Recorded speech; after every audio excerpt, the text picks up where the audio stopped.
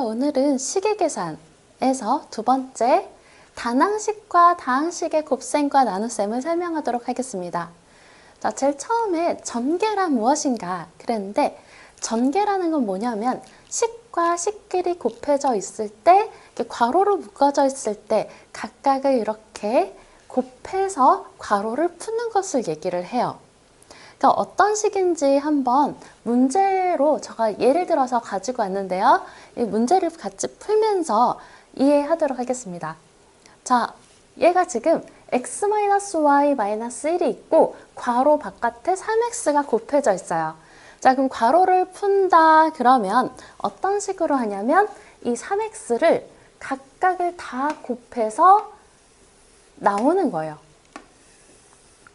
그래서 3x 곱하기 x 해서 얘가 3x제곱 이렇게 되고, 그 다음에 3x 곱하기 마이너스 y를 해서 마이너스 3xy, 그 다음에 3x 곱하기 마이너스 1을 하면 마이너스 3x 이렇게 되겠죠. 이런 식으로 괄호를 풀어서 다 나와서 이렇게 만드는 것이 바로 전개한다고 하고요.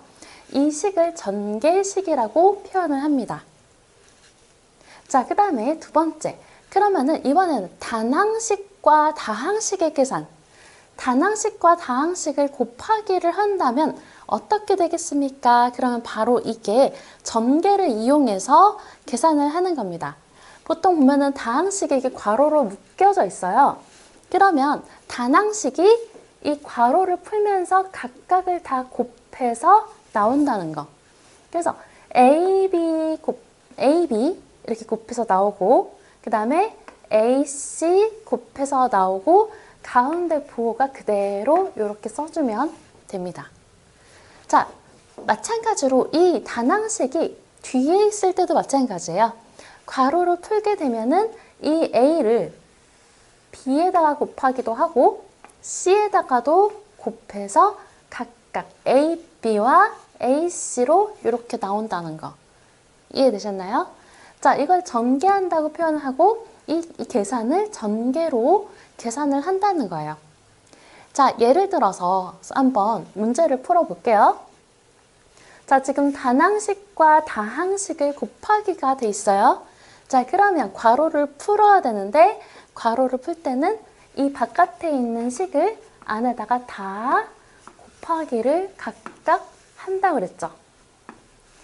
자, 그러면 곱해서 계산을 해본다면, 자, 마이너스 2x랑 3x 제곱이랑 곱하면 뭐겠죠? 네, 마이너스 6x 세제곱 이렇게 되겠죠?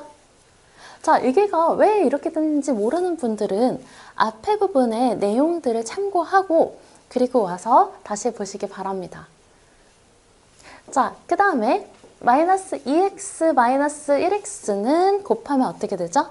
네, 마이너스 곱하면 플러스가 되면서 2x 제곱 이렇게 될 거고요. 자, 그 다음에 마이너스 2x 플러스 6은 곱하면 마이너스 12x 이렇게 표현을 할 수가 있겠죠. 자, 다음 3번. 다항식 나누기 단항식은 어떻게 할까요? 나누기는 일단 두 가지 방법이 있는데, 일단 나누기 뒤에 문자나 그 식을 분모에다가 이렇게 붙여서 분수로 나타내서 계산하는 방법이 있고요. 두 번째 방법은 나누기를 곱하기로 바꾸면서 역수로 취해서 이런 식으로 구하는 방법이 있습니다.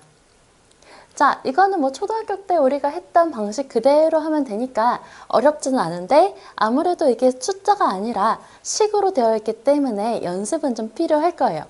자, 예를 들어서 문제를 한 개만 풀어보도록 할게요. 자, 만약에 이렇게 3x제곱 y-2x라는 식의 다항식에 지금 단항식으로 나눠져 있는데요. 나누기 2분의 1x다. 이건 어떻게 해야 되는가? 그러면 이 나누기 2분의 1x를 얘는 지금 옆에 x가 이렇게 붙여져 있을 경우에는 어떻게 한다고 그랬죠? 네, 얘를 이제 소속을 분명하게 해서 이 x가 분자 출신이라는 거 생각을 하고요. 그러면은 이 2분의 1 x를 2분의 x로 고친 다음에 계산을 하는 게 좋습니다. 자, 그 다음에 자, 요 식을 간단하게 다시 한번 정리를 해보자면 자, 여기 나누기를 곱하기로 바꿔서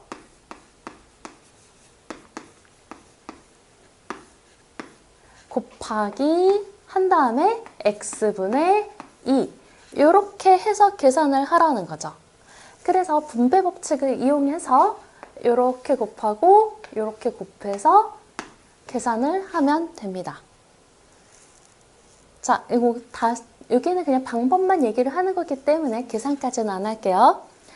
자, 그 다음에 사칙 연산이 혼합된 식은 어떻게 계산을 하는가 그랬어요. 자, 그러면 곱하기는 곱하기대로 나누기는 나누기대로 좀 정리를 하면서 계산을 하면 됩니다. 자, 괄호를 푸는 게 여기서는 이렇게 분배 법칙을 이렇게 하면 되는 거죠. 자, 그러면 예를 들어서 요 문제에서는 3a랑 2a 이렇게 곱하고 그러면은 3a 제곱이 아니라 6a 제곱. 그 다음에 요거 3a랑 마이너스 4b랑 곱하면 어떻게 되죠? 네, 마이너스 3ab 이런 식으로 괄호를 풀고요. 곱하기는 나누기도 마찬가지로 괄호를 푸는데 나누기는 얘는 이제 분수로 계산을 해볼게요. 이번에는 자, ab가 분모로 내려가게 되고 분자의 제곱을 먼저 풀어서 4a 제곱 b 제곱 이렇게 나타내면 되겠죠. 자, 이런 식으로 괄호를 풀고 정리를 한 다음에 계산을 하면 됩니다. 자, 여기에서는 지금 ab분의 4a 제곱 b 제곱은 약분이 되죠. 약분을 한다면 얘가 a 하나씩 없어져서 이렇게 지수 하나 지우고요. b도 하나 없어져서 이렇게 1제곱을 만든 다음에 자, 그럼 얘를 한번 정리를 해보면 얘가 6a 제곱 마이너스 3ab 여기가 플러스 4ab가 되니까 자, 계산을 마저 한다면 6a 제곱 여기 동류한 길이는 덧셈 뺄셈이 된다고 그랬죠? 덧셈 뺄셈 하면 a, b 이렇게까지 완성을 할 수가 있습니다. 자, 얘가 이제 전체적인 내용인데 여기에 조금 더 해서 어떤 문제가 나오냐면 시계값을 구하여라 라는 문제가 나와요. 이 시계값이라는 게 뭐냐? 선생님이 시계값 그러니까 애들이 막 시계를 이렇게 쳐다보고 있더라고요. 그 시계값이 아니라 식의 값입니다. 자, 시계값이라는 건 뭐냐? 그러면은 문자를 대신해서 숫자를 대입한다 라는 건데요. 어떤 거냐면 예를 들어서 이런 문제예요. 자, x가 3이고 y가 마이너스 2라고 지금 나와 있는 상태죠. 그쵸? 자, 이렇게 문제가 나와 있고서 x 값과 y 값이 나오고서 그 다음에 이 복잡한 식의 값을 구하기라고 되어 있어요.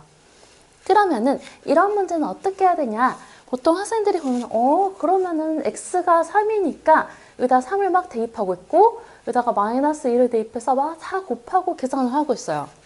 근데 그렇게 하면은 많이 틀리더라고요. 그래서 그렇게 하는 것보다는 먼저 이 문제를 간단하게, 최대한 간단하게 만든 다음에 그 다음에 마지막에 대입을 하는 게 가장 좋습니다.